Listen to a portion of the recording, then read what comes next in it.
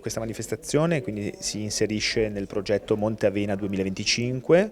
un progetto quest'anno particolarmente ambizioso in quanto ospiteremo 2 manifestazioni di volo libero a livello internazionale, la prima dal 28 giugno al 5 di luglio, 40° Guarnieri International Trophy, più antico trofeo di volo libero al mondo ancora in essere, e in concomitanza con questo ospiteremo la terza tappa della Coppa del Mondo di parapendio con 130 piloti iscritti da più di 30 nazioni. Dal 23 luglio invece al 26 luglio ospiteremo una seconda gara internazionale, la Prealpi Tour, una gara di hike and fly, una disciplina nuova che unisce camminata, corsa in montagna a volo libero, che si snoderà su un percorso quindi ovviamente montano di 280 km che i piloti percorreranno o a piedi o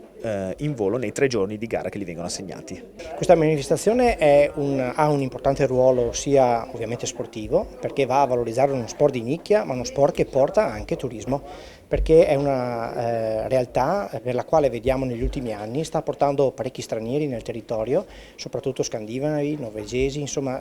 persone che in realtà oltre a volare pernottano anche a Pedavena e nel Feltrino. La manifestazione inizia il 28 di giugno con la sfilata dalla piazza di Pedavena fino alla storica fabbrica birra e poi dal 29 di giugno fino al 5 di luglio gli atleti inizieranno a volare e basterà alzare lo sguardo verso il cielo per vedere quelle macchie colorate e divertirsi un po'. Lo sport è fondamentale e si è visto anche nella pratica, perché tutti i ragazzi e i bambini che praticano uno sport, un qualsiasi sport, di fatto sono più bravi a scuola perché hanno poi una capacità di organizzare il tempo libero, perché effettivamente devono coniugare gli impegni scolastici rispetto a quelli sportivi, ma soprattutto riescono a fare proprio quei valori che sono quelli di solidarietà, perché c'è sempre una competizione, però una competizione leale. Quindi lo possiamo vedere anche nei ragazzi che poi diventano adulti, che riescono ad affrontare le varie sfide che si parano davanti ogni giorno